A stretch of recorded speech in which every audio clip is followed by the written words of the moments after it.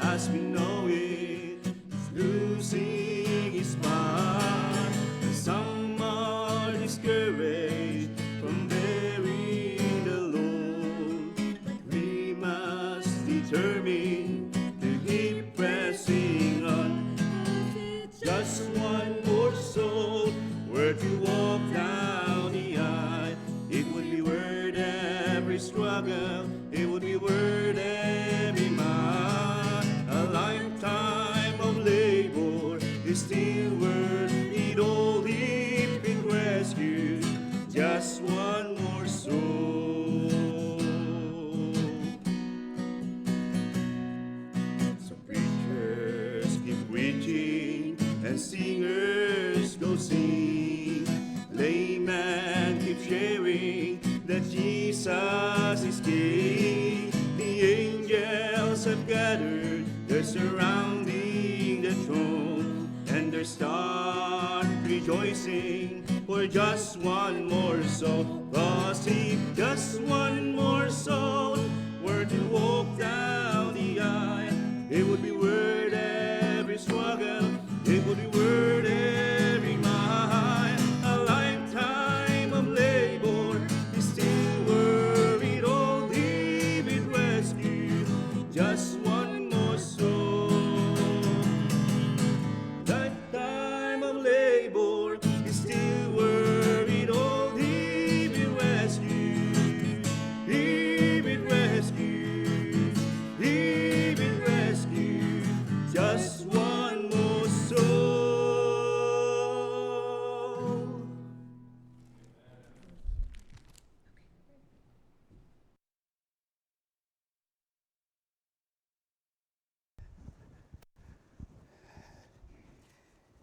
Amen. Before anything else, I would like to give glory and thanks to God for leading us here in your church, True North Baptist Church. And I do believe God always a purpose in everything He does.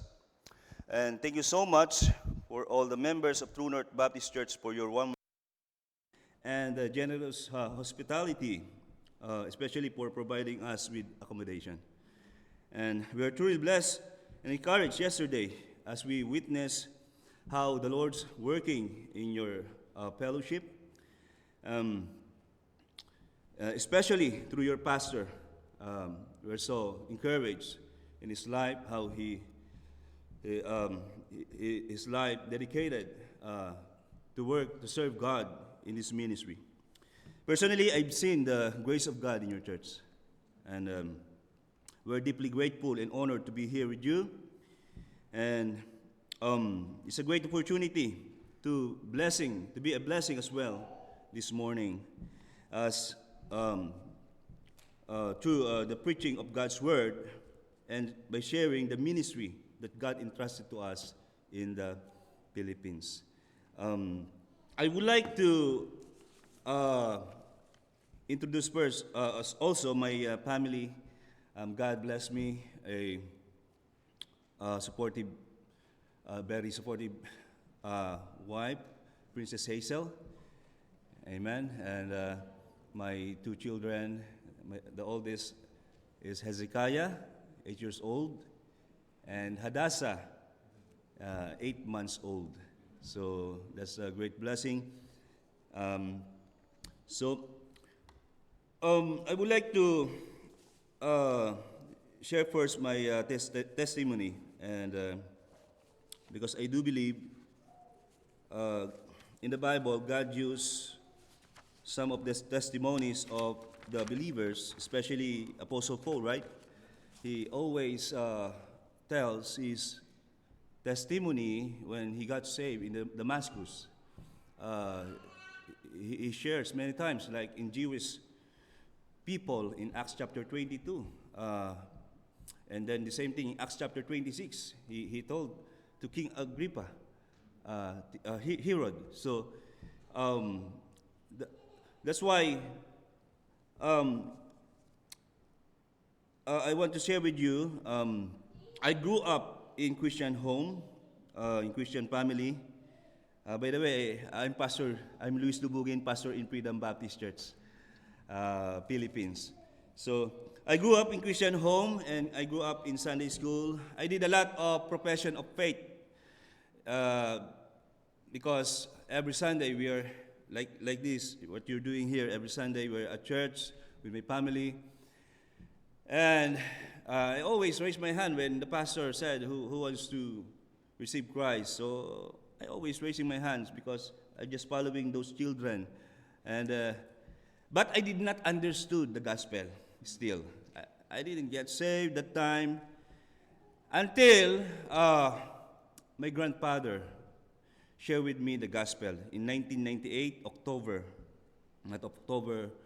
So my grandfather shared with me the gospel of Christ. That's the time I understood why Christ came, why Christ died on the cross.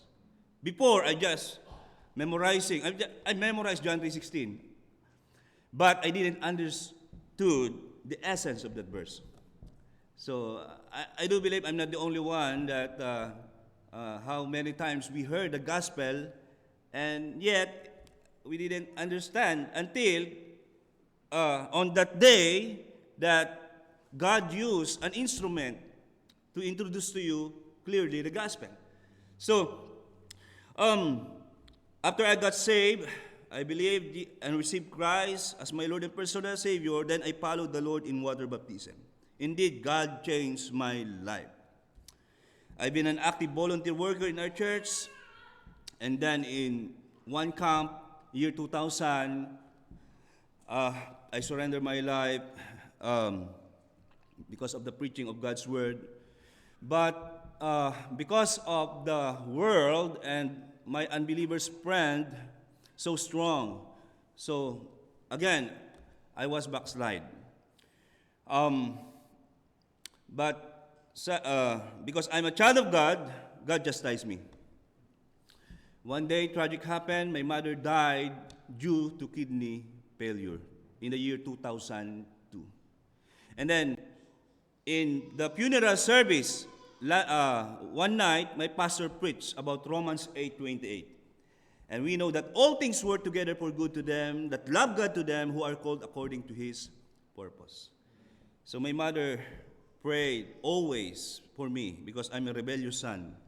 She prayed always that she wants me to become a pastor. So I always laughing and mock about what she said to me, because that's the time I'm a backslider. So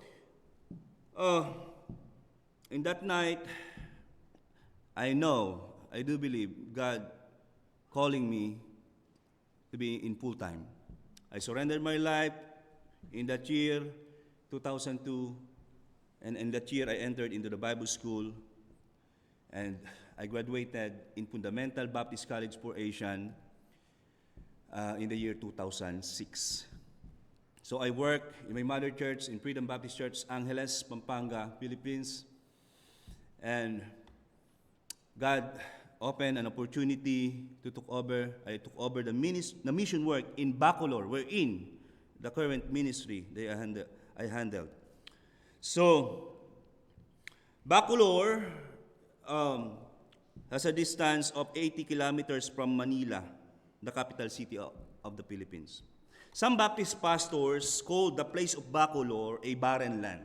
As you can see in the video presentation, there's a lot of idols, idol making. So the main job there of most of the men, they were idol makers.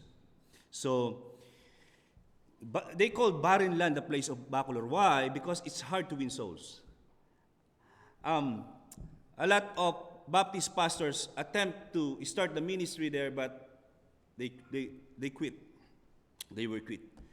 And the former pastor of the ministry of Bacolor, when he started in 2006, he is the first church, the first person in that year until now. And yeah, by the grace of God, there are two Baptist churches now in the Bacolor. For how many years ago? There are two Baptist churches. 59,000 to 60,000 population. You know what? In 2013, when I took over the ministry, there are only two ladies, two young people, and 5 kids when I took over the ministry. And there's no good sanctuary. There's no good building. We use the backyard of the member of that mission work. There's no wall, only a wood and iron roof. But I didn't look on. I didn't look on the situation. I didn't look on the quantity of the people. I saw the grace of God. That's why God placed a burden to my heart to took over the ministry at Bacolor. You know what? By the grace of God, from 2013 until this year, God produced fruits in our soul-winning Bible studies. Families, men and ladies as well. We have 40 members, 40 in attendance, going to church every Sunday. It's really, I'm really amazed how God is working in the ministry of Bacolor.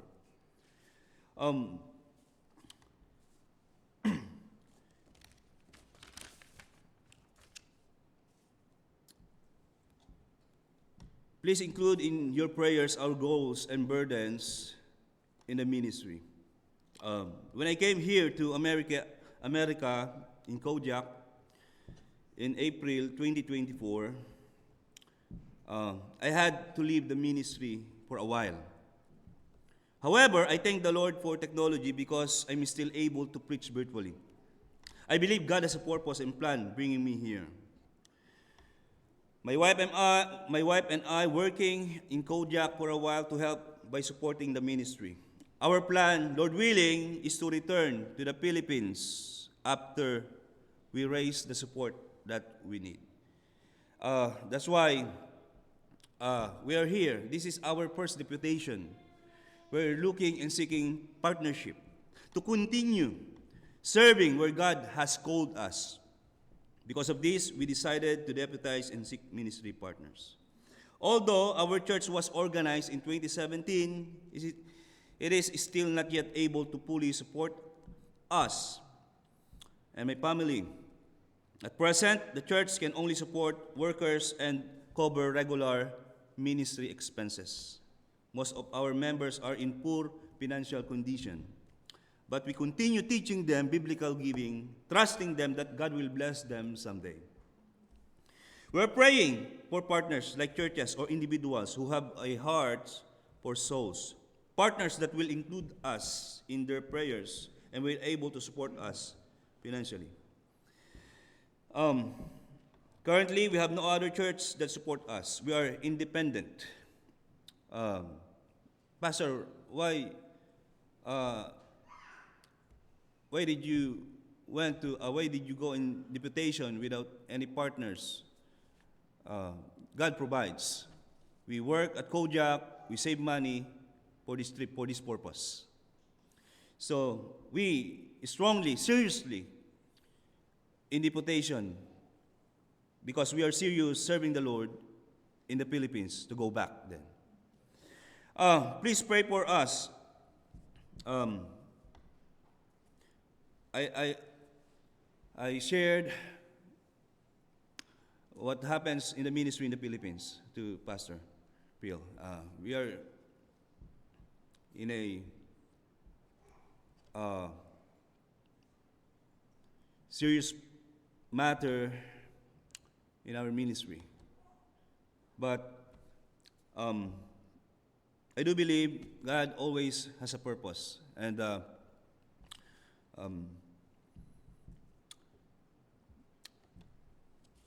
Maybe let's proceed to our message. May I request to stand up and let's open our Bible in the book of Romans chapter 1, verse 16. Romans chapter 1, verse 16.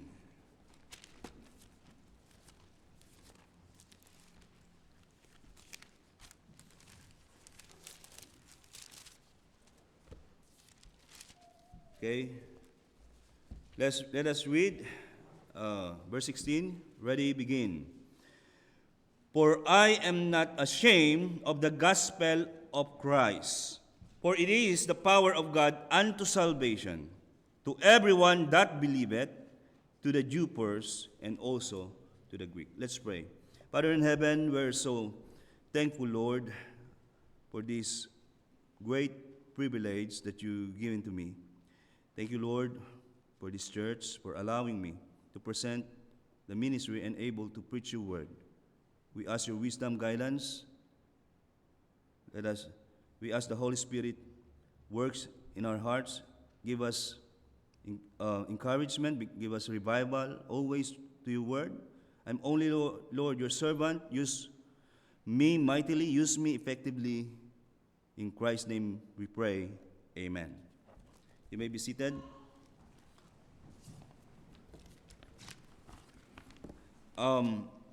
The aim of this message, to see the importance of the gospel that we receive. I do believe we preach the same gospel in this church.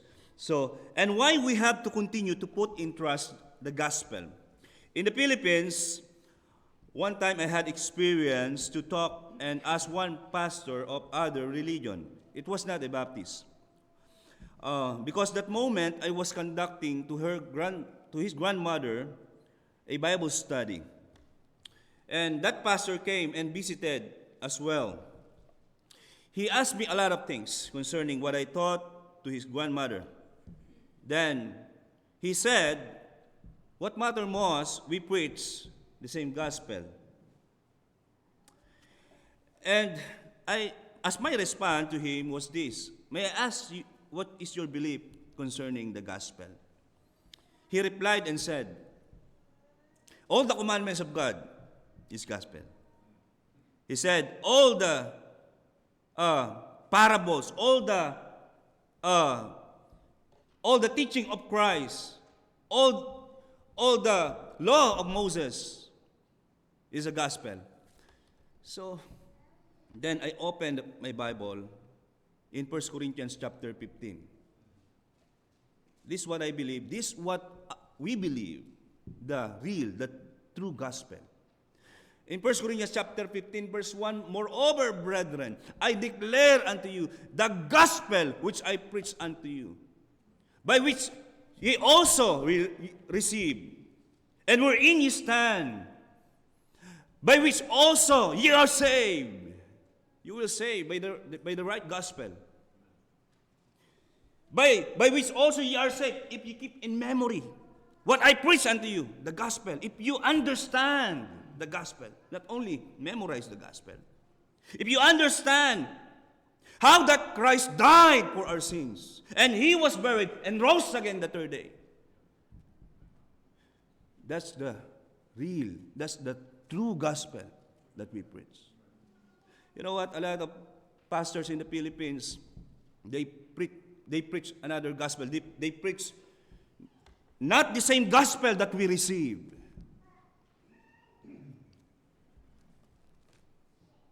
I do believe what Apostle Paul says, I am not ashamed of the gospel of Christ, for it is the power of God.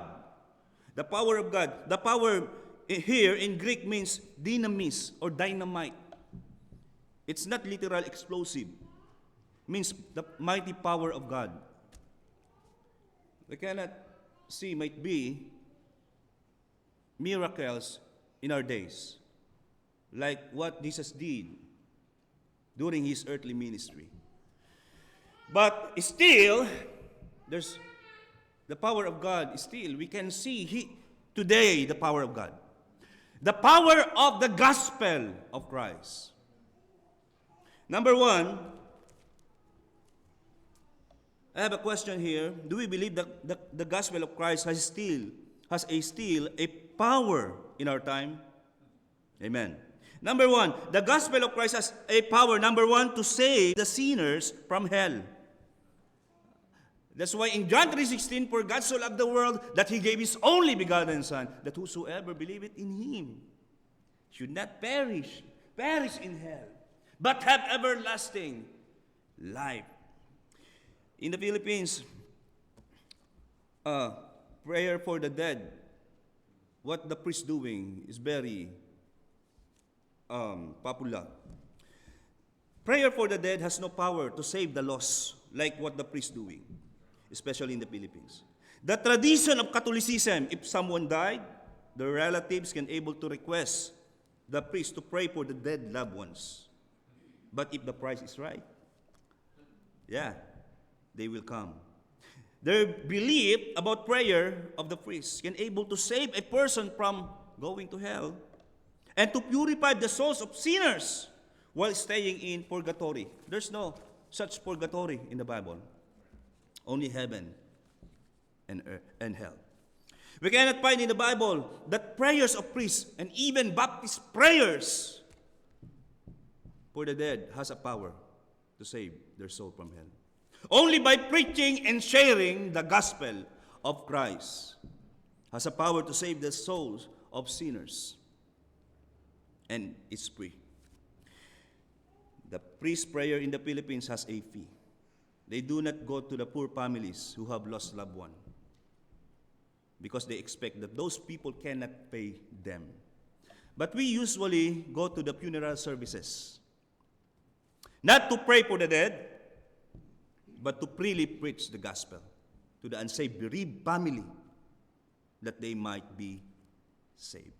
In 1 Corinthians chapter 9, verse 18, 1 Corinthians chapter 9, verse 18, what is my reward then? Verily that when I preach the gospel, I may make the gospel of Christ without charge, that I abuse not my power in the gospel, without charge.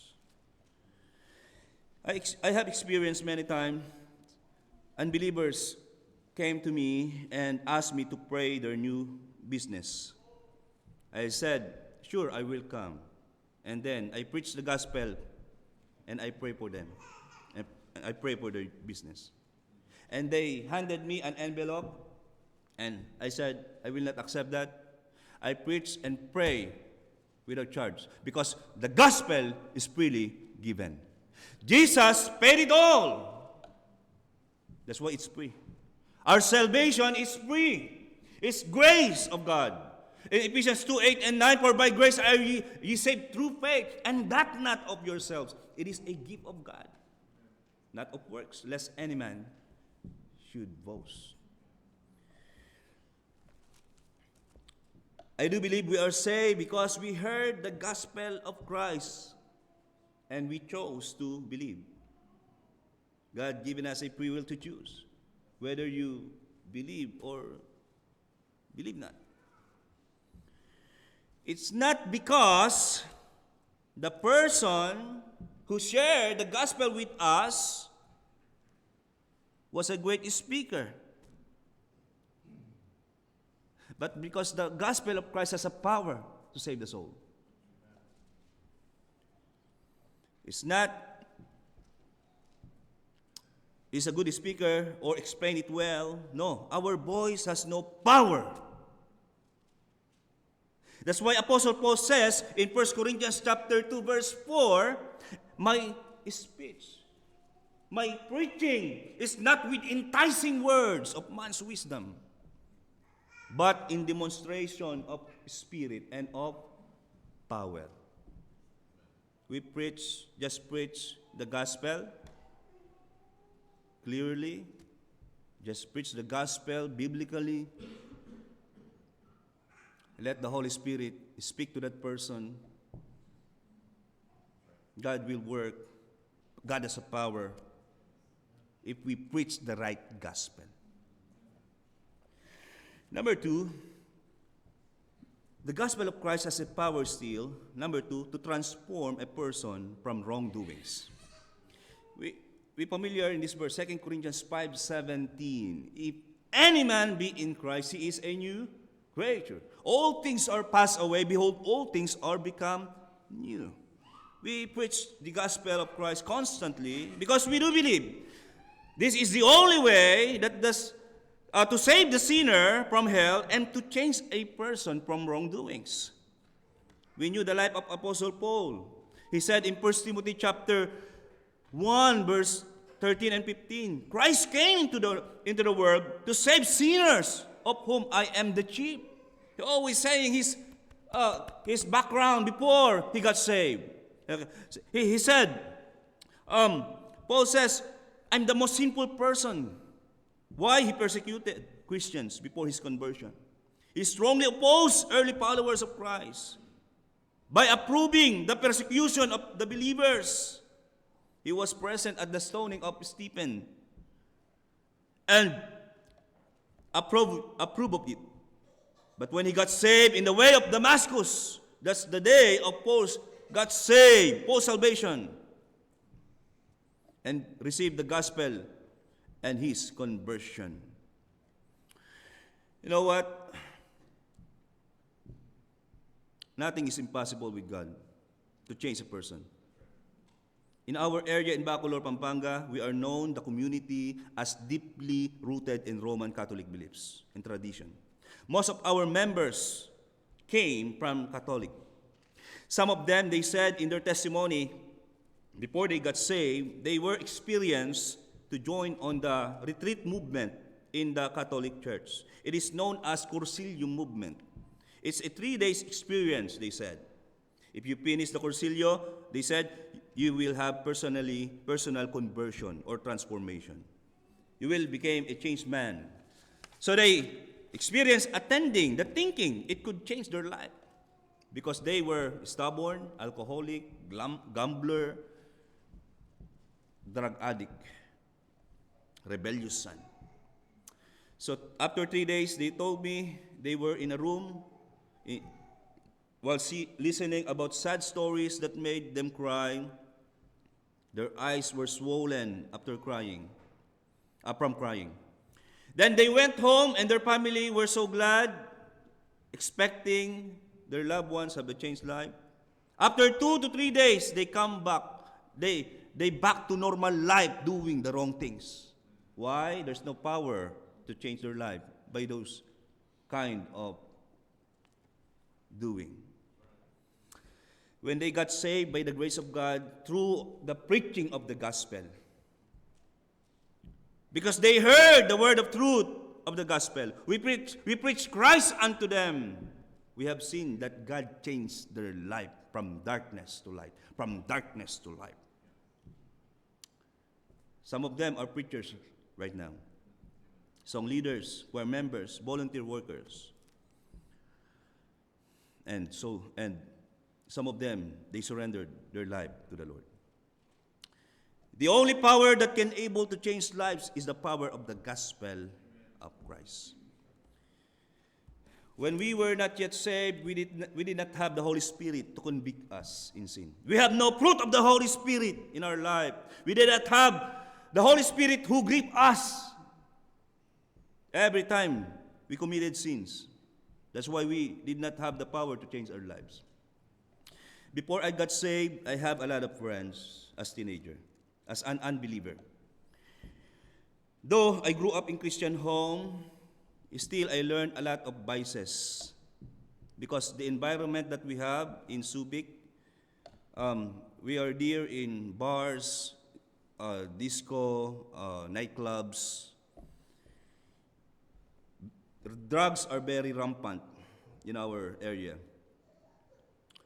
When I was in grade 5, I tried to drink alcohol before going to school with my 2 friends. I had a lot of friends teach me, influence me, different kinds of vices, even drugs.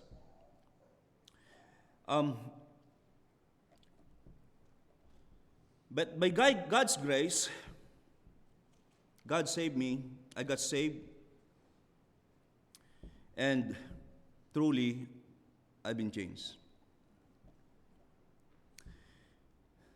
because I received the gospel of Christ. I have a friend in my childhood, one of my best friend before I went in Bible school, killed by a gang. Then another friend was in and out of jail because of selling drugs. Another friend of mine became wanted for killing a girl by stabbing. And I heard on the news in 2018, he was killed because he resisted arrest. One of my close friends, when I was in high school, I met him way back 2016. My wife and I visited to my mother's relative side. My purpose to share the gospel unto them because they are pure Catholic as well. 3 days we did soul winning in my mother's side. By the grace of God, after on that 3 days, we saw a man walking on the road without clothes and having a long hair. He talking and talking constantly. Then my cousin said to me, "Did you remember him?" My response, "No, I didn't recognize him." And she said, "That's your best friend Rico when you were in high school. What happened to him?" He lost his mind due to drugs. And I come near to him and I talk to him. I said, "Hello, Rico. I'm your best friend, Louis. Did you remember me?" "No." And I'm still keep talking with him, and he remembered me. "Yeah, that's a very long time ago." When I perceived he recognized me, I shared the gospel, even though his condition. Probably, if I were not saved, what happened to my friends in the past might also happen to me. I'm very thankful because of the gospel of Christ. I got saved and God changed my life. The gospel of Christ not only has power to save from hell, to change a person, to transform a person, but also to change the unbelief of a person. In 1 Thessalonians chapter 1, verse 5, 1 Thessalonians chapter 1,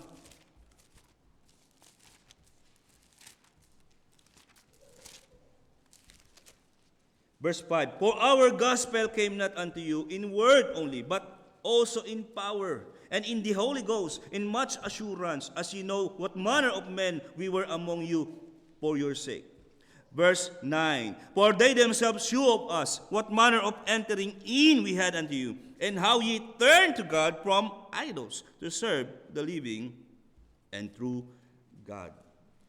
So, the believers here in Church of Thessalonica, because Paul preached the right gospel, and before they were worshiping the wrong gods, they worshiping idols, but they turned to God from idols because of the gospel. I do believe faith and repentance are inseparable. Repentance in Greek word means metanoia, to change mind, to change the unbelief of a person, not remorse.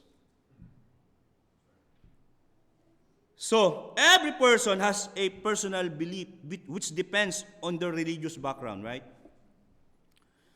That's why faith and repentance needs to see if the person is truly saved. We thought before our unbelief, we thought before, just be a good person. Do good works, so that you will not go to hell. When I was a kid, our Sunday school teacher asked me every time in the room about where we're going when we die. I remember I was 8 years old that time, still unsaved. My answer, I don't know where I'm going. He asked me again, if in your opinion, what will you do to go to heaven? I said, be a good kid. Be helpful to others. Yeah, that's unbelief. So, we cannot say by our own good works. That's why I just followed. I didn't understand the gospel yet in that time. And because by hearing and hearing, faith cometh by hearing and hearing, I understand the finished work of Christ. It is finished, Christ said. Jesus paid it all through His own blood to redeem us, to save us. That's why not by our works of our righteousness that we have done. It's only by faith,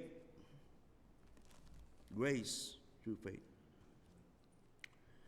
In Bacolor, as I mentioned earlier, the people in that area are known of being deeply rooted, devoted, even fanatical in their Catholic faith. When I took over the mission work in Bacolor, I started with children's ministry. By teaching kids, some of their fathers worked as idol makers. To make the long story short, 3 children who are siblings we taught in the ministry came to know Christ and were saved. Today, they are professionals and used by God by teaching kids as well.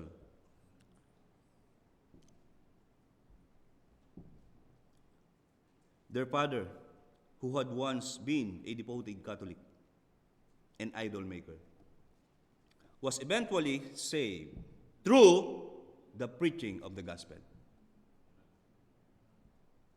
Nothing is impossible with God. He surrendered his life as well in the ministry.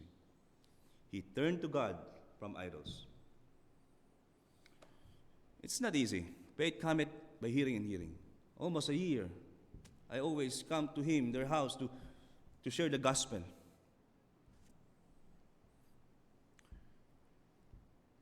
He has a lot of opinions. He has a lot of, because of Catholicism, philosophies. But we are eager to preach the gospel. God changed his mind.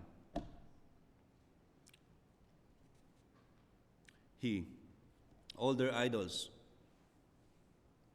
he break it. Because he understands the true living God.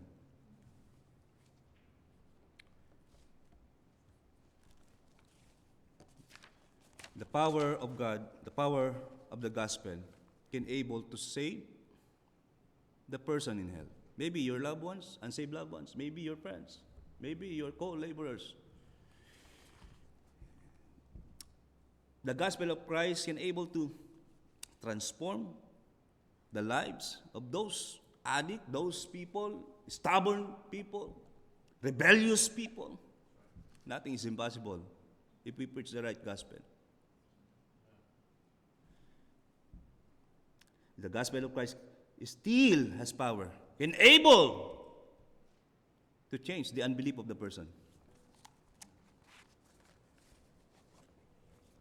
Just preach the right gospel. May I call Pastor. Thank you very much, brother. Aren't you thankful for the gospel? Wonderful, wonderful always, and refreshing to hear what the Lord has to say and how he saves the human soul. I'm so thankful for that.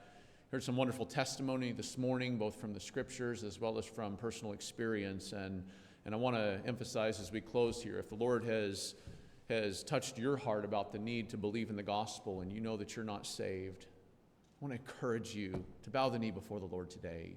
Do it right now. Don't let another moment pass. The Lord's given you graciously an opportunity to hear the gospel clearly this morning and to understand how it can change your life. And that's the Lord's desire. Let's close in prayer today, and then we'll go to a break time before our worship service. Father, thank you so much for your kindness to us in sending your Son, Jesus Christ, into this world to die and make the full payment for our sins. Our hearts are stirred and warmed this morning as we think about the good news, the gospel of Jesus Christ, that is the power of God to salvation. I thank you that you've made it so plain, so clear in your word, and that you've cleared away the doubt and the confusion that man-made religion so often brings and injects into people's minds. Help us as a church, I pray, to stand firmly and clearly on this truth and to broadcast it for all to hear. And I pray that if you've dealt with some heart here this morning about the need to be saved, that sinner would finally bow before Jesus Christ in submission. Please bless the remainder of our day today. In Jesus' name, amen. You're dismissed.